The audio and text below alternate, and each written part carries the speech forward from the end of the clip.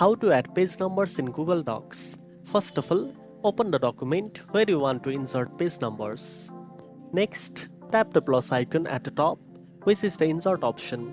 Once you tap, scroll down and select page number.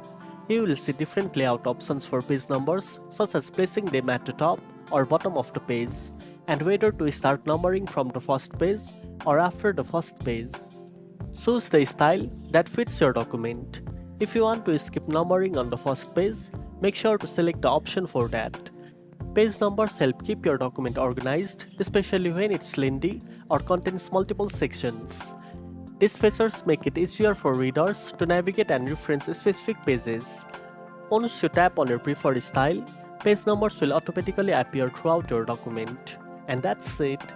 Now you know how to add page numbers in Google Docs. If you found this video helpful, don't forget to like, share and subscribe for more tech tips. Thanks for watching and I'll see you in the next one.